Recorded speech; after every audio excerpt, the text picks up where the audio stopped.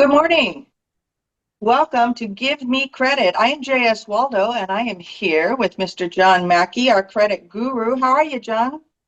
I'm doing really well, thanks. It looks like you're doing well too. Yeah, doing Yeah, good. getting a little chilly here. It's starting to do that now, but with the cold means that spring's right around the corner. I'm, Jumped that gun a little bit too soon, but I oh do see yeah, you're all bundled up there with your sweatshirt. That's great. That's my favorite weather. I do. I love it. Hmm. Um, I hate and despise winter, but that's I don't know why I live here. I do. I was growing up here. The only time I wasn't here was when I was in the military, and that's where I found out you didn't have to suffer through winter. And And the snow.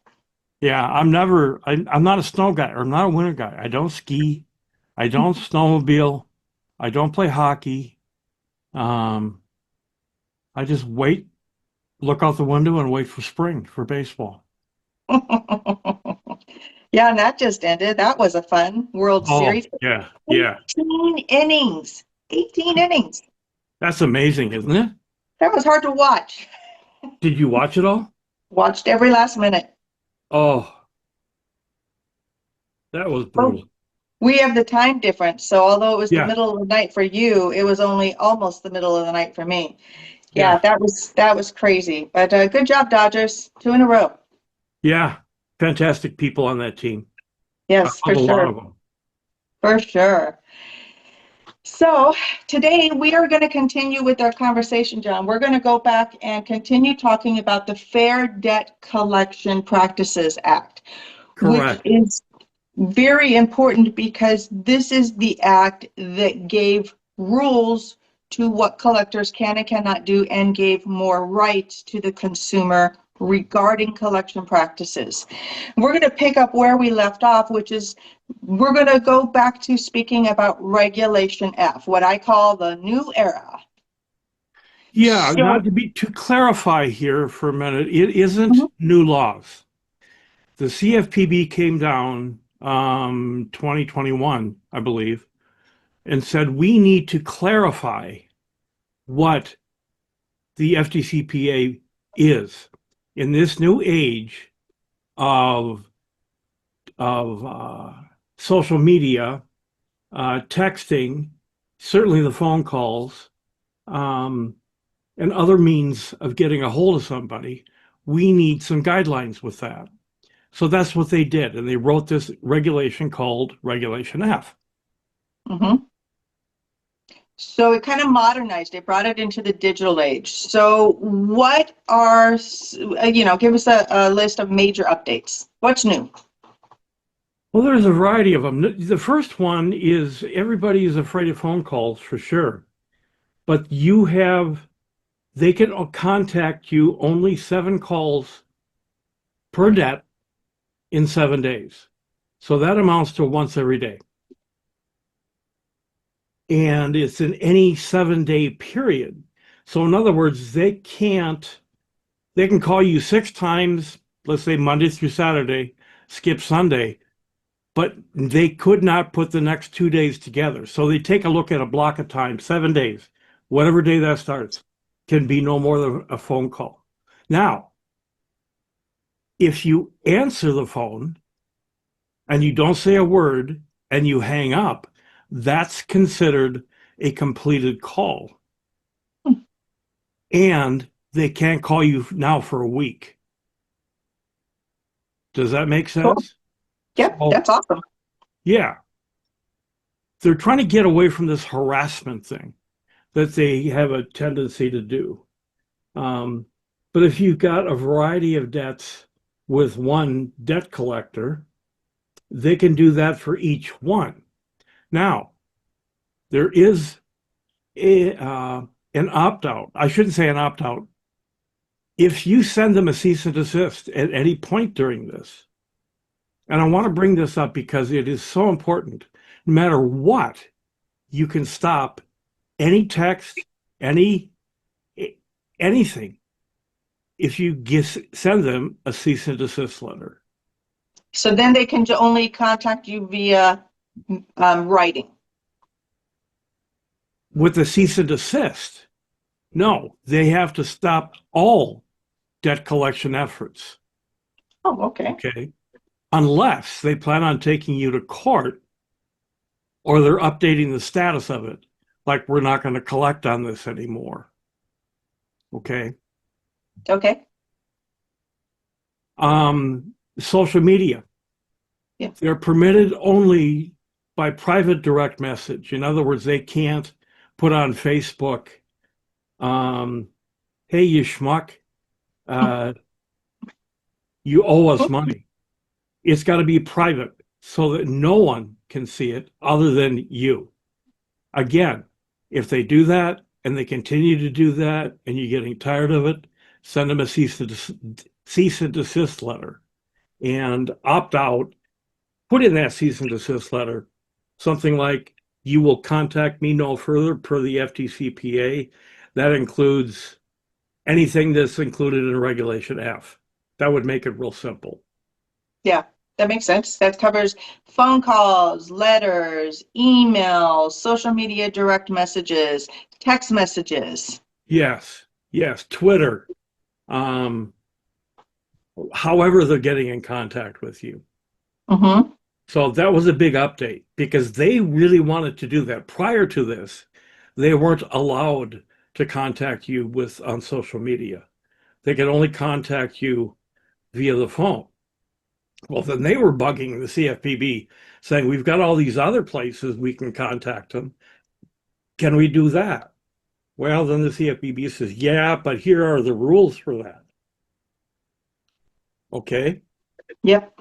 Now, they also updated their validation notice and they've made it, I don't think they've made it mandatory that you have to send out that they draft as the format, but it's highly, highly recommended that they do. Because if you miss, you, meaning the debt collector, miss one item on that validation letter that they send to you, they're responsible. Okay, that makes sense. Okay. And So go ahead. if a debt collector uses the CFPB's model, they're presumed to comply with the FDCPA. Right. So it's definitely in their best interest as a collector to be using this new model of standardized letter. And this letter shows, correct me if I'm wrong, amount owed, itemization, the original creditor, the response deadline, and dispute instructions. So a little bit of education of how you can dispute this even. Absolutely. Your Yeah. rights. It's your rights that have to be printed on that. So how soon do they have to send this? What's the timing? That's within 5 days of initial contact. Now, that initial contact could be by text, it could be by social media, whatever it is, within 5 days of that. And it must be in your hand. Now, if they get into the 6th, 7th, 8th, 9th, 10th day, too late. Now, it comes down to the problem of enforcement of that. And I'm not Yeah. going to get into that now because, okay, let's say they violate it. What can you do? Well, you can sue them. But it depends upon what part of the country and what the judges know about the FDCPA. They're getting better at knowing what they need to do, the judges. But it was at one point where they had no clue what was going on, even the judges. Yeah. So within 5 days, they're going to send you this of initial 5 days of initial contact with you. They're going to send you this validation letter. Right. And let's be clear here. There's a spot on the bottom right side of that validation notice. It's going to be kind of a tear-off form that the consumer can mail back to the dispute, to Oh, dispute or request validation. Okay. that makes it easy. It does. I don't particularly care for it. I would rather the consumer write a validation notice saying, I want everything. I want all the documentation. I want the signed contract. I want the original, yeah, the signed contract, the original paperwork. And Yeah. surprisingly, in my prior work, I sometimes I would get 500 pages that they would send to me that they validated the debt. Now that's quite rare, but they were doing a good job of that. And there's very few that did a good job, but some Yeah. did. Some totally ignored it. So then what do you do? But that's another question for another day. The beauty So, of this is that it sets the 30-day dispute clock. So now, once you receive it, you've got 30 days to respond to that dispute letter or to that validation letter. I'm sorry. That so makes once you receive it, your 30-day dispute clock starts. right, Okay, and we've talked about this before. The timings are critical. So it's not 35 days, it's not 32 days, it's 30 days. right. And I would prefer that, for example, with my clients, told them to send it certified mail. That way you know what you sent, how you sent it, what day it was picked up by them, and you're within the time frame.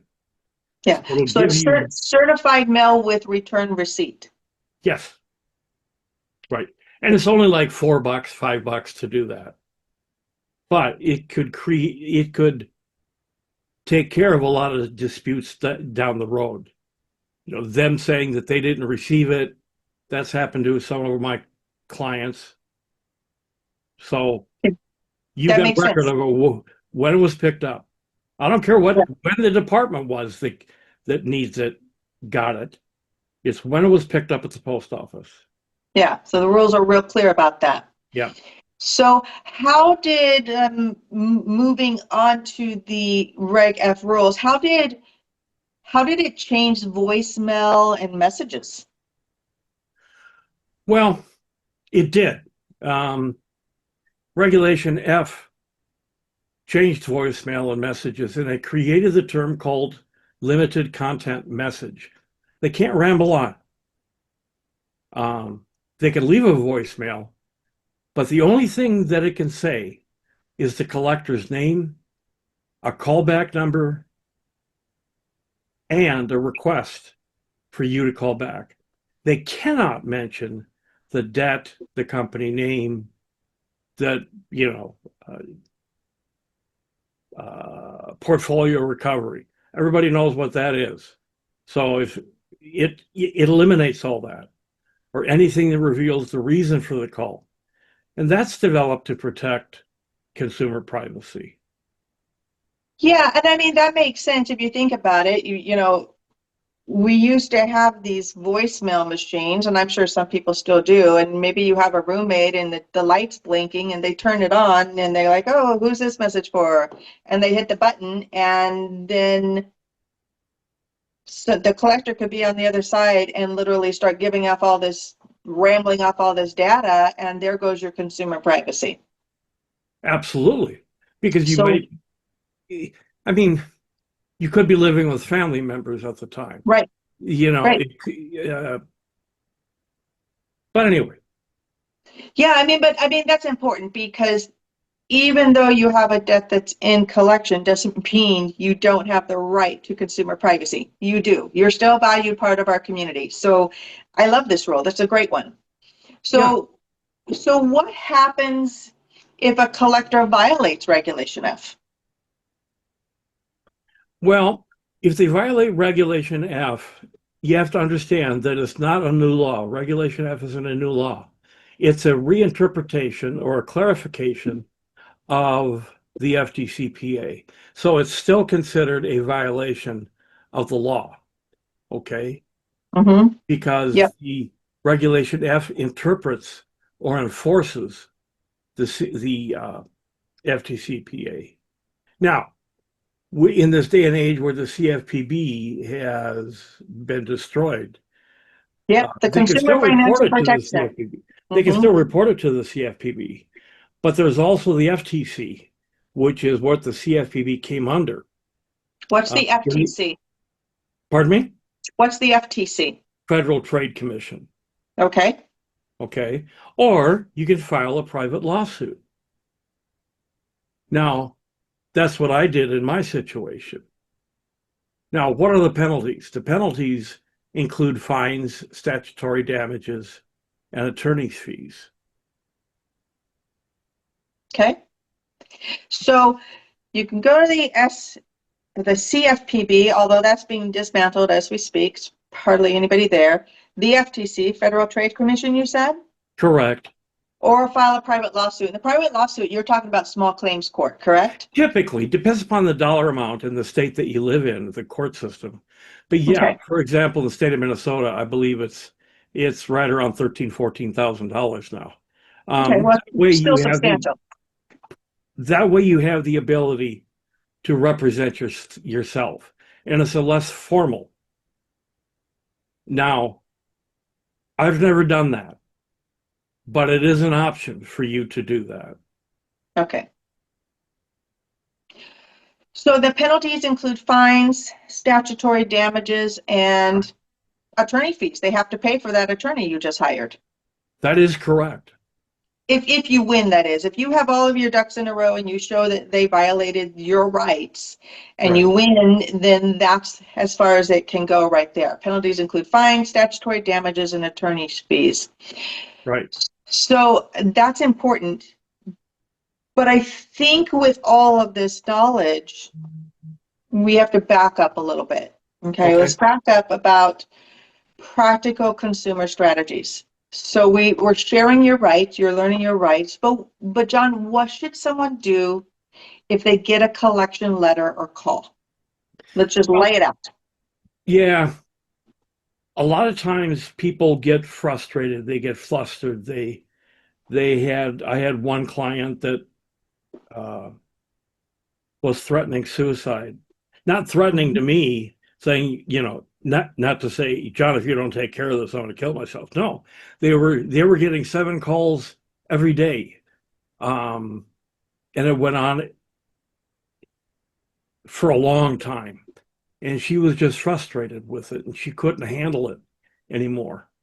Uh, Mhm. but the biggest thing is this: don't panic. Don't panic. What you shouldn't do is admit anything at this point. Again, we go back to the criminal law. You know, basically answer the call, but you don't have to answer any questions. Understand that. You don't have to. The first thing you need to do is if they call you up, they have to send the proof. Get that proof. Find out who it is. There's probably some mistakes on that. Maybe it's the balance. Maybe it's the wrong collector. I mean, there's a variety of ways that it can go bad. But the first thing is to do is to not panic. Yeah, don't panic. Okay. Thus, this is the purpose for me writing that course on debt collections that I'm still working on. It's going to be out in probably less than a month. But Excellent. so this is what we're talking about here is first of all, don't panic because you have to understand you do not have to panic. You don't have to answer their phone calls. Okay. But don't ignore them either. And it's kind of a conundrum. What do you do? Do you answer all their phone calls? No. You simply listen to them. If you don't want to listen to them, hang up. Don't be nice all the time. You don't have to swear at them. Just nope, not going to answer the questions until I have proof. Yeah, and I think that we touched on that a little bit last time, and I just want to say it again. This is the perfect spot to say it again. Don't panic, but answer the phone at least once and tell them, send me proof in writing. Do not call me anymore. Do not send me any emails. Whatever the case may be, quit direct messaging me on Facebook. I'm telling you right now to stop. Send Right. me proof of this debt. Send me proof of validation in writing, period. Right. And then hang up. Again, you don't have to cuss, you don't have to be mad, you don't have to be angry, you don't have to get upset, and you don't need to panic. You have the right to treat it in that manner. And if you don't have that, if you respond with anger, all it does is it gives them ammunition. Don't do that. And as I said before, if you're sending a debt collector anything, you send it by certified mail. Yeah. It's very basic. Why do I say this? Because you have to cover yourself in paperwork. It's not just the phone call. My phone calls with debt collectors are recorded. Some people are going to say, well, you can't do that. Yes, I can. I'm legal to do that. You don't have to record, but you should create a paper trail. Okay? Mm-hmm. If harassment continues, send a cease and desist letter. Again, by certified mail. Why? Documentation. Paper trail. Return certified mail return receipt requested. That's the key word there, because there's a difference, and I want everyone to know this. Certified mail is certified mail. Certified mail return receipt requested is critical to that because it makes sure that you get notification back from the post office of exactly when it was received. Right. Yeah. And if you're writing notes about the phone calls, give out or take the name, the date, the time, the name of the individual, and content of every contact. In other words, what was the gist of the call? Yeah, and I'm not an expert on this, but I'm pretty sure it's easy to record phone calls these days. And as long as one person knows that it's being recorded, which is you, the consumer, with the cell phones, and I'm talking about with your cell phones, it's pretty easy these days to to record these phone calls. So you can always It look that is. up if someone's harassing you specifically. Well, there are some states that are still two-party states, or both Oh, parties, okay. where both parties have to give approval. Um, Yeah, don't listen in, to me. I'm not an attorney. yeah, and we don't want to be one either. Yeah. But that's another. Okay, so the So, so the I think the point you're making is collectors have to prove that they have the right to collect. that's exactly what I was going to come up with next. Yep. Yes. And so the consumer, what's their job? Your job as a consumer is to make sure that they prove it. Because quite honestly, I mean, when we transfer deeds, not deeds, but when you buy a house and someone else picks up the mortgage and they're going to be servicing it, they will have Mhm. to send you a notice saying who they are, that they're taking over for a certain company, and your future house payments should be going to um, this new company. Right. Debt collectors don't do that. All of a sudden you're going to get a call saying, I own this debt. Well, how do I know who you are? Yeah. And there's been a lot of fraud in that area. That seems like that's pretty open to fraud. Now that I think about that, that seems pretty open to fraud. Right. And in my course that I'm putting together, we go over some of those conversations because I have recorded many, many phone calls on behalf of clients. Um, we won't get into at this point how I did that, um, but I did it. Hmm. The third party was on the line, meaning the client was on the line. Um, so that's just what I did. Well, I think we're going to stop for today because I want to take a minute to go back to our primary roots, John, which is we are here. We're going to continue this topic. First, let me say that we're going to continue this with our next podcast because there's more to talk about regarding this.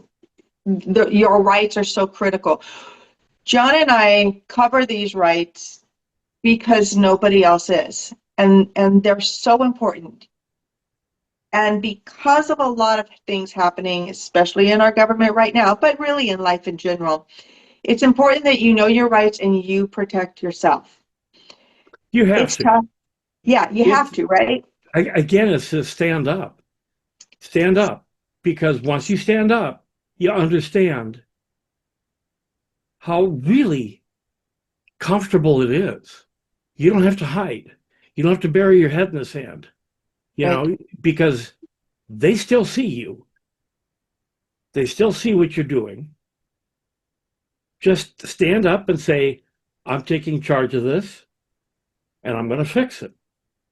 Exactly.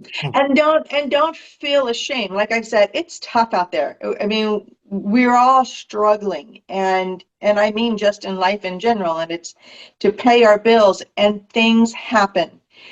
You're not a bad person because things are happening, and we don't want you to feel like you are. So that's a big part of why we're doing this. There's no shame, and there is literally things to protect you. Absolutely right. And the first thing you need to make sure you do, if you haven't done it already, and all these weeks we tell you, is make sure you know what's on your credit report. Don't get bamboozled into a call and you get into a panic. Literally, know what's on your credit report. Right. Pull your free credit report. And where do they pull that free credit report, John? Annualcreditreport.com. Exactly. That's your first step.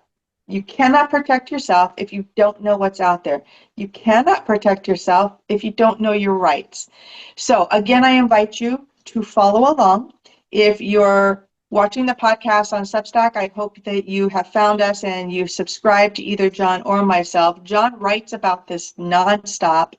Um, Also, if you're watching on YouTube, subscribe just like you would on Substack. Get reminders. We post every single week.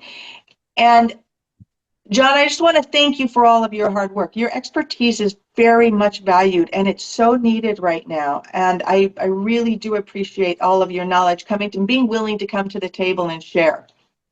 Well, thank you again for saying that. If you take a look at the history of my life, it's been all about helping people. And if we all just got along, if we all could help each other, I think that's very important. We need to share the knowledge. We need to share the truth because that's where the problems come in of the fraudsters and people that are just trying to get money from you, including debt collectors. But it goes on and on and on. And I Mhm. highly recommend that, yeah, people read, listen, understand what we talk about on Substack because there's a lot of good information that's out there that we simply can't contain in this type of a format. Um, it's just important to understand. It is, and I'm looking forward to your learning modules coming out. I think those are going to be very helpful because I think for a lot of consumers, they could be driving while they're listening to us, but Yes. ultimately it's going to be nice for them to have written material to go through the classes, listen to you speak, have the words in front of them, but then have the tools to utilize. So we're going to follow along closely as those start to come out being published, John. I think they're going to be very helpful. Well, good. I hope so. I'm sure they will. So for today, we're going to call it for the day, and we're going to wish you all a very, very happy week, rest of your week, and we'll be back again next week. We're going to continue this conversation. John, again, thank you so much. Well, thanks, guys. We'll talk to you very soon. Okay, bye, everyone.